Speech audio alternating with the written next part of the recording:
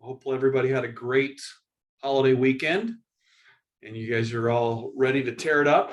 And what is it? George often says, go kick some butt and take some names, something like that.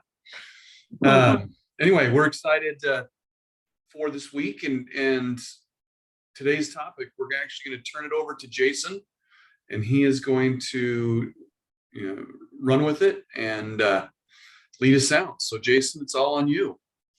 Fantastic. Hi, everyone. So just real quick so that I think a lot of you may know who I am, but some might not. But I'm Jason. I'm now helping Rob in compliance. I've been an agent for 16 years now, and I've been with the company. It was George, Rob, John, Gretchen, and then Stephanie Barnes and myself for the first day of opening. So yeah, I think you were agent number 2, right? I'm agent number 2. So that's right. I always joke with Stephanie on this one because she had no place to go, and I had a great life before I joined with the rest of them. So it was good. But I've been around for a while, been a broker since 2015, and have been helping out with that. So I do have some knowledge, and if I have questions, then I ask Rob. So he's on the call. So we should be just fine with covering what we're doing today. We're talking about the new construction REPC, and there's some interesting things about it. And a lot of times, if you've done new construction before and you've worked with a big builder, they have their own new construction REPCs that they use. And what I would suggest is on this, if we understand this REPC that's created for us on the MLS, we understand what's going into it and why they put that in there. Then when we read the other contract, which is typically significantly longer than this one, then you can see what you're looking for to make sure you're protecting your clients. Whenever somebody is writing a contract for their client, obviously they're looking for, they want to protect their client the best they can. So in this particular case, when you're working with the builder's contract, we've got to look and make sure there's things in there that your client is covered as well, because a lot of times those bigger construction contracts, they're written for the builders with them in mind. So understanding this will give you an idea when you read the other ones what you should do. So I'm going to share my screen with you, and let's see.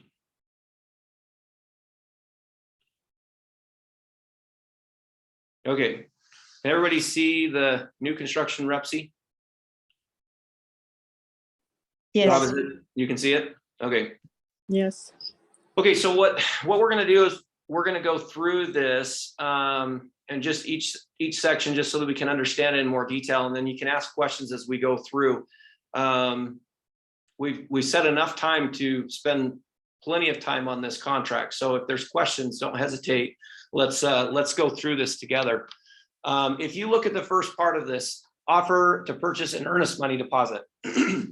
So this is actually similar to what we used to have in our residential real estate contract, probably 4 or 5 years ago. I can't remember how long ago we switched it to what it currently is.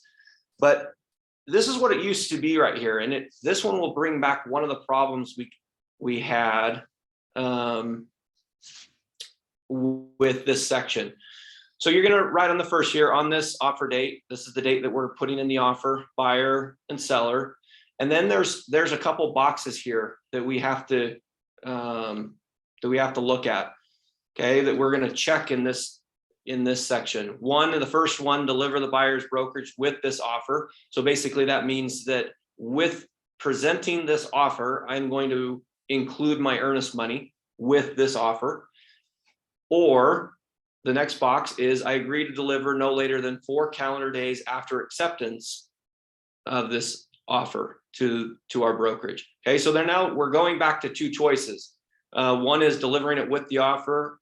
One is still bringing it in within 4 days. So if it's going to come in tomorrow, we're still checking agrees to deliver no later than 4 days. So then you're gonna put the amount and the what form it is. So that's just the same as our contracts. Here's the difference that goes back to where we've seen problems created before. Okay, received by, and then we're signing them. Okay, this is acknowledgement of receipt of this earnest money. If you check the first box and you've received the earnest money, you're going to sign your name there. If you don't have the earnest money in hand, and it's not something that you physically can turn into the office at that moment, then you're not signing this section. This section, if you sign this, this is one of the problems that was created before. If you sign this, this is saying you've received it. Can you think of the potential problems that if you said you received something and then it never comes in, whose problem that's going to create? Yes. Okay, that's one of the things we've had that was a problem before. The other thing is, let me ask you this. Let's say now that we've signed this contract, we've turned it in, and now 4 days come in, we have the earnest money. Do we go back to this contract and sign that we received it?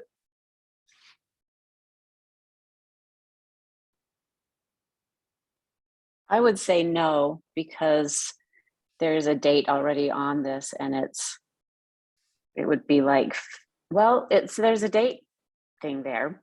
So maybe yes. Tell us. Okay, anybody else have a thought? Same thing that you put your name and then on the day that was actually given. Same thing. So Okay. So it sounds like what you're saying is that after the contract's executed, you have an accepted contract that you're going back and you're signing this again. Is that what you're saying? on that date, but this is just a guess. I have no idea. I'm going to go back and say no, because you already have signatures of clients on there. And then something else is now being filled in with a date. So now I'm going to change my mind and make a guess of no. Yeah, so we don't ever want to go back onto a contract and be signing things that have already been accepted for it. So unless, yeah, go ahead. So Chris, what you said was actually correct, where this was one of the problems why they made the change. And Jason's going to address this, where the intention was that people were to go and sign this once they received it. But because it was usually after a fully executed document, that was the problem. So people still were going and signing it, but you shouldn't go modify a fully executed document. Hence the reason why they made this change on the form to not do that anymore. A lot of the stuff that, and this is where I was going, a lot of the stuff that in this section that Jason's going to talk about, we just sent out today's Tuesday tip is an email about non-refundable earnest money or earnest money issues taken out of this quarterly newsletter, but they're going to go hand in hand with kind of what Jason's talking about. Can I ask a question really quick with regards to this? Yeah. So with the other REPC, if we take earnest money, we do a earnest money receipt. Why isn't that the same? So I would assume then if we didn't have it, we got it from the buyer, we just do an earnest money receipt and then turn it into the brokerage. Why is this section different? Why is it included in here? So this is where our old contract used to look exactly like this. Okay. And when they changed the REPC, and that's when they created that earnest money receipt confirmation form. They just never modified the new construction one. So it should be done the way that the REPC is right now. It just hasn't been updated. Great, thank you. Yeah, and as we use the other REPC more, that's the one they're focusing on. But my guess is when they update this one, you'll see a change there too, because that was there. Anytime there's confusion on there and one person believes one thing and one person believes another, that's where we want to try to fix it. That's the biggest problem we have with addendums. when you write an addendum and one party thinks it says one thing and another party thinks it says another, it doesn't matter which one thinks they're right, there's a problem with the contract because of not being very clear. And that's one of the reasons why I think they changed this. So as we go down through this, earnest money, we're going down into the property location. Okay, we're going to put down where it is so that we have the exact numbers. We want to make sure we have the lot numbers. We want to make sure we're as clear as possible with where this property is. So the very last section of 1.1, it says includes or does not include the lot. This is important because if you have a client that already owns a part of land and they're going to start building on it, then the contract doesn't necessarily include the lot, but it does include everything else involved in it. So you just want to make sure that you know, are they buying the lot? Do they own the lot before you move into it? Sometimes you're going to see with this, or use this one when they already own the lot, because, or with a construct or like a smaller builder where they don't have their own contracts. That's where we're going to use this. Okay, 1.1, 1.2, we're talking about the home design or a custom design. All of this whole section right here defines what's going to be happening with the actual property. Some properties don't have dedicated road space or private roads or sidewalks or curb and gutter. Those can be city requirements for your client to be building there. So these are things that we want to make sure that you're looking at. So if the city requires curb and gutter to be put in and you don't negotiate that with the seller to make sure that it's covered, your client would have to cover that because the city won't sign off on the home to be able to do that. Okay, 1.4, permit fees. Seller agrees to pay for building permit fees, impact fees, landscape bonds, and all other connection fees except for the following. So this goes, if you look at our the way our residential real estate contract is, everything's included in it unless we actually exclude it. So you look at these permit fees and the water fees. If we want something excluded from it, this is important if you're representing the seller. For water fees or any of these permit fees, everything's being included in it. If they're not going to provide it, you're going to want to make sure you exclude it in this section. You're going to want to make sure that they take it out of it. I see this with water a lot. An owner has, let's say they have 10 shares of water and they're only going to give 1 share with the property. You want to make sure that you're protecting your client if you're representing the seller, that you're not selling all of their water shares. Any questions on section 1?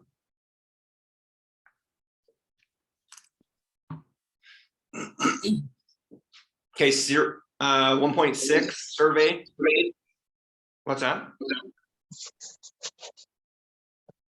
Okay, so 1.6 is survey. This is important when you're buying land. Had an experience where there was a seller, there was a vacant land right next to a home that had been there for a long time.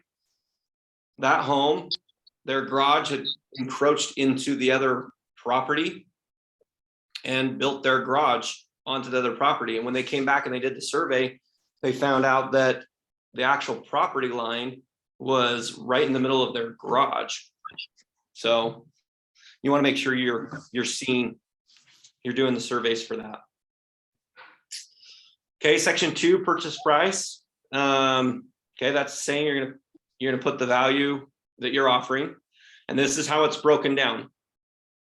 And I highlighted this part right here. I thought it was kind of important. It says section 2.1, or the purchase price may be adjusted as deemed necessary by buyer and buyer's lender. Okay, so just because we put some of these numbers in doesn't necessarily mean these are the hard and fast numbers of what it is. Now, obviously the purchase price, that's a agreed upon price, but some of these numbers can be adjusted for them if they're going to put more money down or less money down. That's something I thought was different than the regular REPC. specific on that. Okay, there's 4 things here. 2.1A, earnest money deposit. Okay, that's the original from the very top. Then we, Hey, Jason. yeah, Sorry, I was trying to hit the mute button.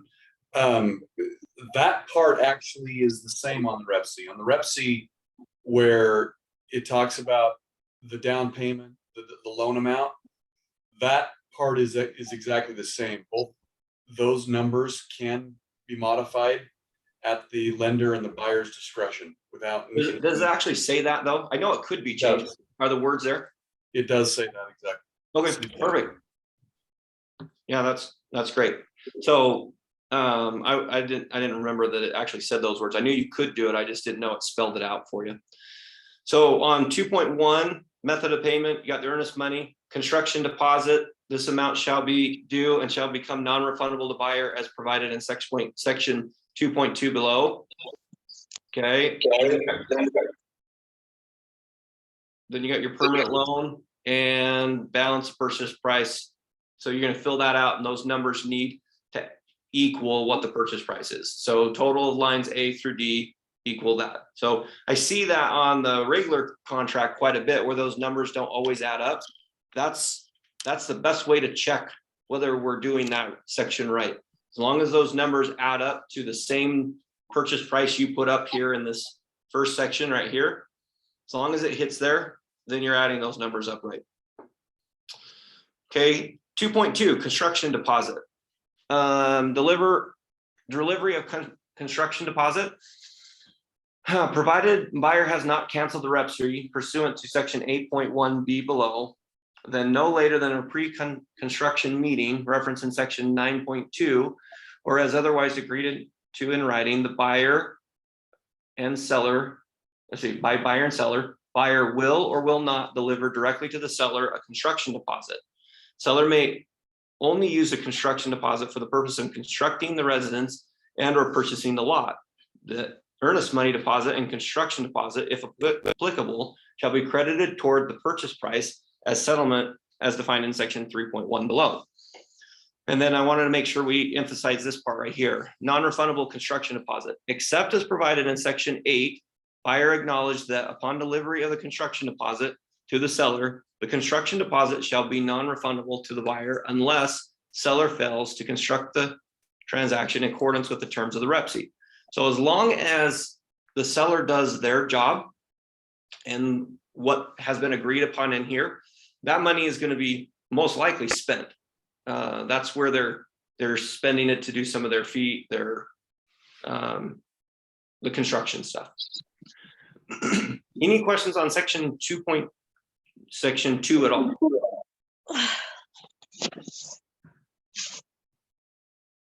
Okay. Rob, you have anything to add on to that one? I did the mute button. Yeah, this is where this section, and then when you're going to tie in section 8, 9, and then section 24. These things are really going to be intertwined because that's where you're going to want to make sure that the dates that you put into play are going to flow properly, and then you need to make sure that on, like, for that pre-construction meeting, that's when certain deposits are going to be due, and you need to make sure certain things have occurred before those meetings are actually completed. Hey, Carla, by chance, can you hit your mute button? Carla Giles? Thank you. So yeah, it's when you're going through the process, you want to make sure that in those sections, you're aligning your dates so that you'll understand exactly when that construction deposit will be due. Usually, like I said, it's going to be at that pre-construction meeting. And that pre-construction meeting is all, and Jason will get into this, but that's where these dates come into play. When do you put those, when do you set up the dates, and what's a good kind of guideline to funnel those? So. Yeah, thanks. Any questions on that before we get into it? Okay, So number 3, settlement and closing. Okay, we get this, our clients have this question a lot, and we sometimes take advantage of our knowledge too much, that settlement and closing are 2 different things. And explaining that to your client prior to getting to the closing table will save you a lot of headaches, just so you know. So settlement shall take place no later than the settlement deadline referenced in section 24F, or as otherwise mutually agreed by buyer and seller in writing. Settlement shall occur only when all the following have been completed. So we've got 2 things on here. Okay, number 1, A, buyer and seller have signed and delivered to each other or the escrow closing office all documents required by the REPC. So everything that's required. This is the same thing as in a regular transaction, residential transaction. All of the documents required for the REPC is given and signed. B, all monies required to be paid by buyer or seller under these documents except for the proceeds of the permanent loan. So any down payments or anything that the buyer is supposed to be bringing in, that's coming in at settlement. Not sometimes we look at the 4 days after, it's got to fund and record, and we'll get into that in the closing section, but this is money that the seller and the buyer are bringing to the table, need to come at that moment. Okay, so all of that needs to happen in order for us to classify as settlement has occurred. Prorations, all prorations including but not limited to the homeowners association due property taxes for the current year, rents and interest as assumed obligations, if any, shall be made as of the settlement deadline referenced in section 24F, unless otherwise agreed upon in writing by the buyer and seller. Such writing could include the settlement statement. So this is where they're going to take that from the settlement deadline. They're going to take, that's where all the prorations are going to be. So if it's going to take 4 or 5 days for them to, or 4 days, all of that to get the rest of the money in there, you've got to keep in mind that prorations are from the day that you're signing that settlement deadline that's going to be defined in section 24 below. Special assessments, any assessments for capital improvement as approved by the HOA or as assessed by a municipality or special improvement district prior to the settlement deadline. So this is where you're going to check one of these 4 boxes. Seller's going to pay those assessments, buyer's going to pay those assessments, split equally between the buyer and seller. So these are things that have already been established prior to our settlement deadline. They're not things that are happening after. If we know about those, obviously you can negotiate those, but if they're happening before, this is where you're going to define who's covering those. And as long as it's happened before settlement, this will survive closing as well. So if you check seller on there and then you find out that there was an assessment, that's still under the obligation of the REPC. 3.4, fees, costs, payments, obligations. Unless otherwise agreed in writing, buyer and seller shall each pay their respective fees charged by the escrow office for its services in the settlement closing process. Buyer agrees to be responsible for homeowners association, private and public utility service transfer fees.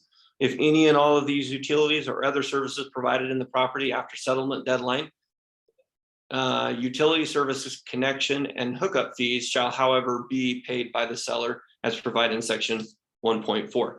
Okay, so this is a difference here. Is the builder is providing the connection hookup fees. That's like if they're getting the sewer to the property and they're getting the electric and everything to the property. That's what section 1.4 is talking about.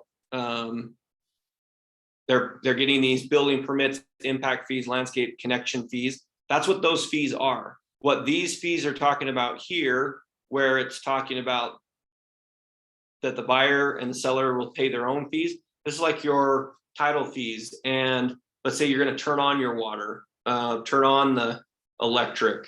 All of those fees are just like the normal contract where your client pays for those. But the connection fees themselves, that's what's addressed in 1.4. Hey, Jason, can I ask a question? sorry, go ahead, Rob. I was going to just point out something that Julie mentioned in the comments, and she was talking that, don't most builders have their own contracts that they use, and that part is true. Definitely the larger builders, they have created their own form, and it's fair to say that those forms that are created are lean more favorable to the builder and not very favorable towards the buyer, whereas this REPC provides a little bit more of a balance, that both buyer and seller are more on equal playing fields.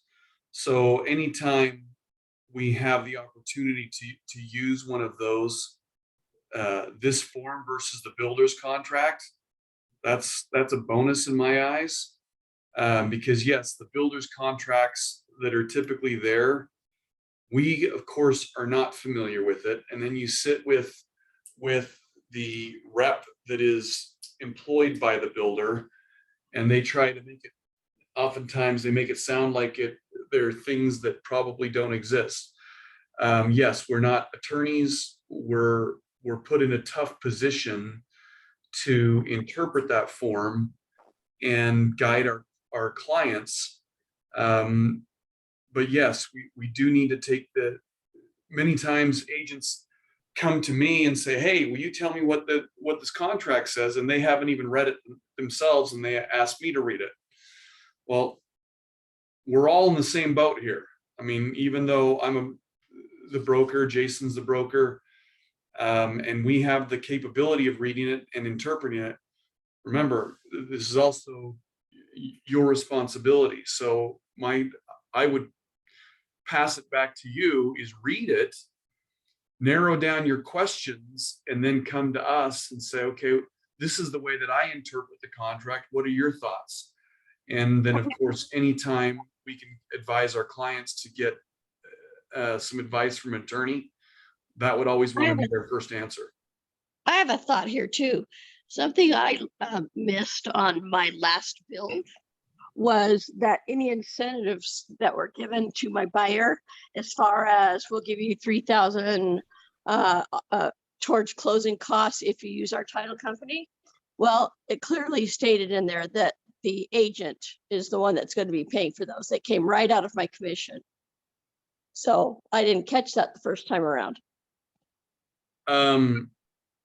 Yeah, that would be pretty unique. I mean, obviously the last 2 years, any incentives that are there, I mean, builders they've played their game just like they did back in 2007, 6, 7, and 8, 5, 6, 7, and 8, where in 2005 and 6, when the market was raging, they threw, kind of as a general statement, they threw agents under the bus. They cut commissions and messed with things. And sure enough, 7, 8, 9, they came back like, oh, we love agents, use us. And they're basically doing that now. Mm-hmm. So yes, you need to look at the contracts and make sure that we understand the questions. And if we don't, we got to ask questions. Someone else had a question before when I started talking. I don't know who I interrupted. I did. No, that's okay. I just had a clarification on this. So it seems like in this contract differs a little bit from the REPC in that it doesn't look like transfer fees. It puts both transfer fees for utilities, but also for homeowners upon the buyer, where the special assessments you can choose, is it buyer, seller, or buyer and seller, but not with regards to the transfer fee. Is that correct? Am I understanding that correct? Because in the REPC, our real estate REPC, you can determine the transfer fee. Yeah, so this contract, similar to what we said at the beginning under the earnest money sections, those transfer fee breakdowns were more broken down in the REPC versus this. And oftentimes as we all know, dealing with transfer fees on new construction, in order for, typically the builder takes on those transfer fee, or they waive that financial obligation on that first transfer fee for when you buy the property. But once you sell it to somebody else, that transfer fee would apply. So that's often one of the reasons why in here that the transfer fee problem doesn't exist as much in a brand new home as it does on an existing home. Okay, thank you. That's another reason why at the start where I was saying that on these contracts, if we understand what's in our contract, when we read a builder's contract, we'll see similar things and they'll be worded differently and you'll be able to interpret them. You'll be able to understand how they're interpreting it versus how it's written here. So that's why I think it's, for this contract, you might not use this one as much as, especially, as much as you'll use the other ones, but understanding it's going to give you a better understanding of how to protect your client. So, but great questions. The last part of section 3.5 closing. Remember, this is where everybody gets confused, settlement and closing. It's common sense to us as agents, but it's not to the buyers. So helping them understand this. Closing means A, settlement has completed. So everything in the settlement that we talked about. B, the proceeds of any new loans have been delivered by the lender to the seller or the escrow office.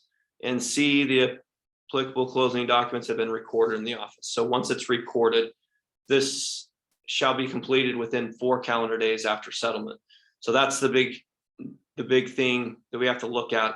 Now, if you close on, because this is calendar days, so if you close on a Thursday, they've got to have it recorded by that Friday in order to meet this closing deadline. Okay, section 4, possession. Everything has to be agreed upon in writing if you're going to change it. Otherwise, it's upon closing. That's different than our contract where you can specify a certain amount of days. This one's just straight at closing, unless you're going to change it.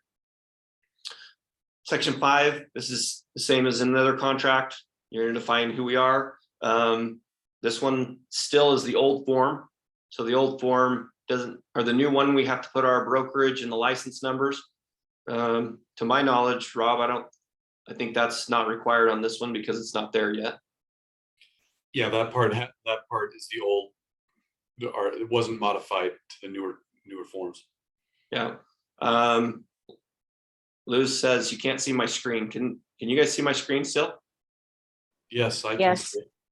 Okay. Okay, number 6, title insurance and liens. So there's a couple things on here that I wanted to make sure we cover. Obviously, having title to property and land is super important, especially when you come to land, because you don't know what's been put on there or what's happened to it. The other thing is protection from liens and civil actions towards the builders and everything in there. This section 6 defines that. So there's a couple things in here, and I was talking to a title North Star yesterday, not yesterday, but last week, a little bit about this. And there's a couple different policies. The biggest thing is there's up here in this first section, title of property, marketable title. Let's see, a seller has fee title to the property and will convey marketable title to the property to the buyer at closing by general warranty deed, unless otherwise agreed in writing by buyer and seller. So I asked him, what some of these different title stuff are. And a general warranty deed covers, and Rob, you can correct me if I'm wrong, but this is how I understood it. General warranty deed covers from the time that the builder takes possession of the property, owns the property, to when they sell it to you, which doesn't cover anything prior to that, which is kind of a problem. You said general or special? The general. No, The special. The general is the greatest, the highest form you can have. Special warranty is from when the builder has it. The general warranty goes back to its history. Okay, so That's one of the key things that is different in this contract than most builder contracts. Most builder contracts, they provide a special warranty deed versus a general warranty deed. okay, so that's in section 2 where they're going to give you an out to home policy. These are policies that will protect your client through the whole thing. So this is the thing that I wanted to make sure that we're covering. So I understood it as general warranty deed, but the special warranty deed is what's going to be in some of the builders contracts. You just want to make sure that you're covered further than when the builder took ownership of it. And that's something that, you know, some builders would rather, they'd rather just warrant it for their time of owning it. But we want the policy that covers them all the way back, because you never know what's happened to the property. Protection against liens. This is a big one, because what you don't want to have happen is you don't want to have the builder not pay the subcontractors, and then you take possession of the property and then you have liens put on your property. So this is where this can protect you. Any questions on section 6? Jason, yeah, I have a question. So with regards to that, would you, if they have something like they have a special warranty and not a general warranty, would you just get with a title company to find out? I mean, what would you do there? How would you best protect your client? Yeah, so I mean, obviously you can try to negotiate that to have them pay a little bit to get the other deed or the other title policy. Yeah, I'd go back to the title and see what the difference would to add the extra coverage for you. The hard part is you can go to the title and they can say, well, everything's clear. It doesn't look like there's a problem. And that just means they haven't found a problem there. I mean, there's no sure cut that says there's nothing that's happened from here to back there. So that's the risk you're running by just keeping the special warranty deed. If you have what I personally, and Rob, maybe you can, if you have a different opinion on this, but personally, I would see what the additional coverage costs and see if you can add that in for your title insurance. Yeah, I think that's the same answer is I don't even know if it's all just a matter of money.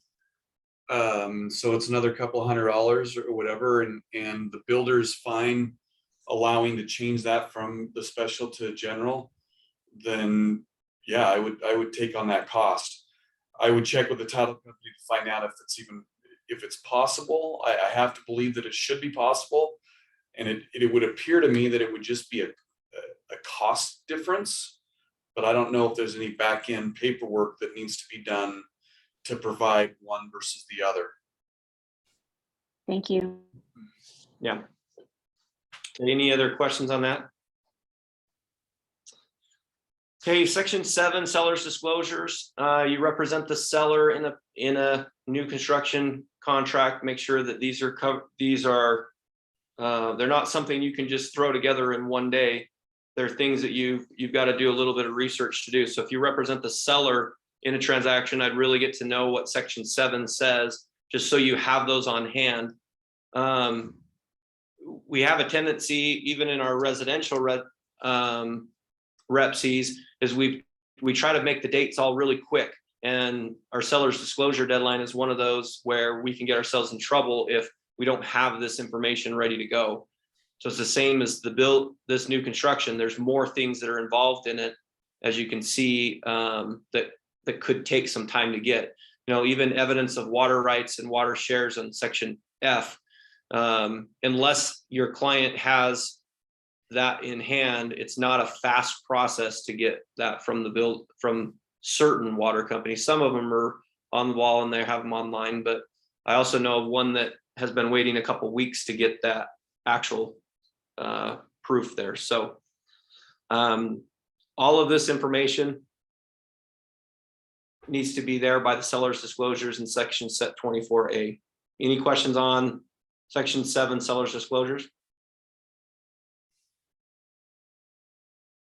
The only thing I would add, Jason, is on the seller disclosure. Again, the key thing we're trying to take away from this contract is there are a lot of similarities in this contract that also exist in the REPC. So it's focusing on the things that specifically don't talk about things in the regular REPC. Like under the seller's disclosures, it talks about for example, the R value on insulation. I'm sure that this is I'm not an R value specialist, but whatever the basic requirement is, that's what this is indicating it needs to provide. And so is your R value greater? You want to make sure that the builder is at least providing for that. Second of all, of course, the builder typically has that 1-year home warranty that they need to provide. So it specifically jumps into that, is if different, you have to go under section 11 to find out what that warranty includes. So those are the key things that are really different on this versus what is on the regular REPC. Same with H, the name of the contractor, contractor's license number. So we need to look into this and make sure we understand what we need to provide or have for our clients. Yeah, that's why I say, when you're listing a property like this and you're representing the builder, just make sure you have this information ready to go, or you know how to get to it. And as the buyer side, looking into some of these things. I mean, if you're only selling residential homes and then you sell something that's new construction, you might not know what the R value of insulation is. You might not know what the requirements are for that city and what needs to happen. So, you'll want to make sure that you're understanding those things. Okay, section 8, buyer's condition of purchase. Here's something that's different than our other contract, where it says buyer's obligation to purchase property is conditioned upon buyer satisfaction. So this eliminates the is or is not part of the due diligence. It's part of the due diligence. You're not waiving this, which I would suggest you don't waive your due diligence anyway, but I know in this market sometimes people have done that. So this is conditioned upon it. Section, it's reviewing all of those documents. It's reviewing your seller's disclosures, and it needs to be completed for that. Due diligence items, buyer's due diligence shall consist of the following. So number 1, buyers review and approve the seller's disclosures reference in section 7 above. So as an agent, our job is to make sure that they are actually reviewing those. I know we have a tendency to put it in the dot loop and then share it with them, and that's good to go. But we should be reviewing those with them. Any other tests, evaluation, verifications of the property deemed necessary or appropriate by the buyer. So that's environmental issues, setbacks, utilities, all of those things. The buyer has the opportunity to go look at and understand, so they feel comfortable with buying this property. Then you got section B, right to cancel or waive the due diligence. Buyer shall have the right to cancel the REPC or waive the due diligence condition as provided below. Number 1, buyer's right to cancel or resolve objections. Okay, this is similar to our other one where, we have a choice here. Just because there's a problem doesn't mean we have to just get out of the contract. We can renegotiate in the contract as well. If buyer in buyer's sole discretion determines the results of the buyer's due diligence unacceptable, buyer may either, so 1, no later than due diligence deadline referenced in section 24, cancel the REPC by written notice to the seller, whereupon the earnest money deposit and the construction deposit, if applicable, shall be released to the buyer without requirement or further with written authorization from the seller. Now, the key here, which we know in the residential side, if you hold your earnest money in a title company, that this section right here may not they may not release that money. You still might need the authorization of the seller. So just keep that in mind. B, no later than due diligence deadline reference, resolve in writing with the seller any objections buyer has arised. So those are the two things. One, you can cancel, get your earnest money back and the construction deposit, or two, you can resolve the concerns. Okay, and just like our other contract, failure to cancel or resolve concerns basically means buyer shall deem to have waived the due diligence condition. So they're basically saying we're good with it. That's one thing that's important with our contracts. Our contracts just continue to go. If we don't do anything, they're going to go all the way to settlement. So you got to be mindful of these things. Okay, 8.2 financing conditions. Okay, there's construction loan. The obligation of the parties under the REPC are or are not conditioned upon the buyer or the seller obtaining a construction loan in the amount sufficient to construct the residence. Okay, so this is a little bit different on the construction loan. Some builders, the buyer is taking on the construction loan, and like bigger builders, sometimes the company is taking on that. That's why on like a what do you call it? Like when you're doing a custom build, you're going to put down a significant amount more money than, like, let's say that you go down to Edge Homes or something where you're putting, $10,000 down to build your home. That's the difference on that one. Permanent loan, C, buyer's obligation to purchase is or is not conditioned on buyers obtaining the permanent loan referenced in section 2.1. So that goes back up to the top where it talks about your final loan. Hey, Jason, the one thing I want to point out in this section that I'd say most agents forget about, they think that this section is identical to what's in the REPC, and it's not. So the section 8 is one of the one areas that you need to make sure that you understand, because the right to cancel based on due diligence, depending on yes, if you're canceling based on due diligence, earnest money can be returned, but you've got to make sure that in the pre-construction meeting, as we address, you got to make sure that there's nothing that's going to conflict with it. Usually it doesn't. Usually you have the right to cancel based on your due diligence. The next piece ends up being the construction loan. If you're unable to get the construction loan by the construction loan deadline, it's kind of like your financing deadline. Well, the earnest money is able to be returned. One piece here that typically that's not included in here is an appraisal. There isn't an appraisal condition that's brought into this.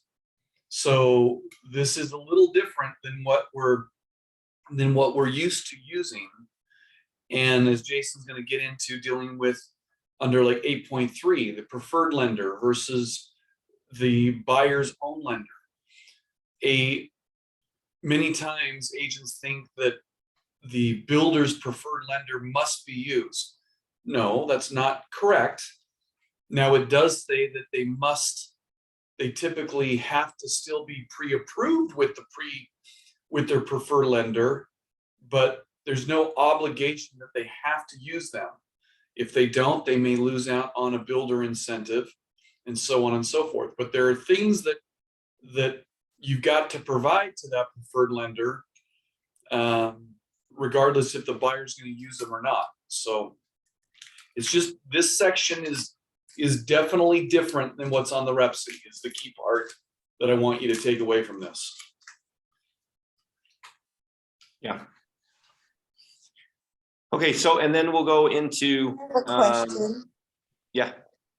So is it your recommendation that there's an addendum done that provides an appraisal clause? You can always put that in as an option. My guess is most builders would reject it or not take your offer. because you're going to have to get that construction loan based on an amount that the builder has provided. So, okay, there's two types of builds. If it's a spec home, then the builder has already given an idea of what that cost is going to take. So you're not going to be getting a construction loan. Typically, you're just, in essence, getting a normal loan, versus when you go and you go find a lot, you go find a builder, and you as the owner, you go take a construction loan that the builder has to take certain draws on. That one's going to be a little bit more unique. And when you go get that construction loan, the bank's already told you pretty much what the max amount of the purchase has to be. So if it's not going to appraise for that value, it's going to be in a tough position anyway. And I don't think there's going to be very many builders. They're going to say, oh, okay, well, if this doesn't appraise, then even though the construction loan's in my name, builder, you got to reimburse me because it doesn't appraise for that value. I don't see that happening.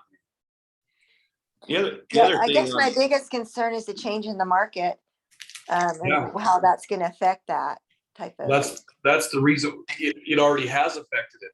And in the last, for those of you may not know, for the last year and a half, probably 2 to 3 times a month, I've had conversations with builders and buyers where the builder unilaterally has just increased the cost of the purchase because it has become more expensive. For one, costs have gone up, and then 2, homes have not appraised, and now people can't qualify for the loan. So those have been challenges, no question about it. the other thing is on the construction loans, a lot of those construction loans come in conjunction with the permanent loan at the end. Like they're doing a different type of appraisal on the property where they're doing a cost basis appraisal versus like a comparative market analysis that we would normally do in the residential. So they're looking at the cost that's costing them to do it, and that's how they're seeing the value. The appraisal is just used for the bank to justify that says, yeah, we'll lend money at this amount. When they have the breakdown for the construction loan, they have that information. So that's one of the reasons why I see it's not here. Couple more things. We just got a few more minutes. The application for the loan, Rob, you touched on this a little bit with a lot of builders say you got to get pre-qualified with their preferred lender. It says right here, buyer is not required to obtain a loan from the preferred lender and may additionally apply for and obtain a loan from any mortgage lender or buyer's choosing. So they can put incentives on there if you use it, but you're not required to use it. However, down here where it says pre-qualification letter, no later than the due diligence deadline referenced in section 24B, buyer agrees to provide a seller a pre-qualification letter from the preferred lender, and if applicable, the alternative lender. So this is where it's requiring you, if you don't want to use their preferred lender, that's fine. But we are agreeing that we'll at least get the pre-qualification lender from their preferred lender and an alternate lender if we choosing somewhere different. So they can't require you to use their preferred lender, but they can require you to be pre-qualified through their preferred lender. That's correct. Okay. Then the last part of 8.4, this addresses if there's a problem in getting permanent loan, failure to obtain the permanent loan. and then the seller's remedies of what happens for that. So obviously, we're seeing more of this happening now where somebody's been building a home for the last 8 or 9 months, and interest rates have now put them in a position where they can't get a permanent loan. This is what happens in that event. So just wanted to read the seller's exclusive remedy. In the event of a cancellation based on buyer's failure to obtain permanent loan as described in section 8.4a, seller agrees to accept as seller's exclusive remedy the earnest money deposit and the construction deposit, if applicable, as liquidated damages. Buyer and seller agree that liquidated damages would be difficult and impractical to calculate, and the earnest money deposit and the construction deposit, if applicable, is a fair and reasonable estimate of the seller's damages in the event buyer fails to obtain permanent loan. So this is specifically talking about the loan application. If the buyer is falling out because of a loan, this is the seller's exclusive remedy. This is what they get. There's not anything more on that when it comes to the financing side of it. Hey, Jason, this is probably, there's a lot to cover in this contract, and this may be something that we need to span over 2 classes. There's probably, we've only got a couple minutes left before we're out of time. So I would say it's probably a good spot to pause and carry on for next time. But before we end, are there any questions that anybody has that we're missing?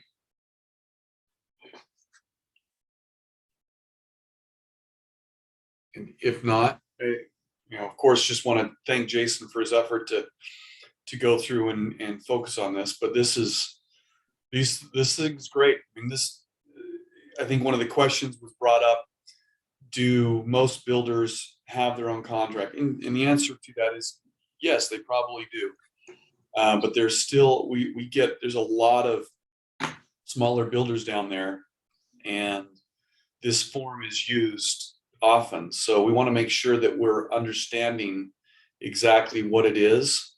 And if we don't, read through it and then certainly come and ask questions that we can try to answer for you otherwise. But if that is it, unless Jason, you got anything else, it's probably a good place to stop. Oh, that's good. Thank you. Thanks, everybody. Okay, we'll see you later. See ya.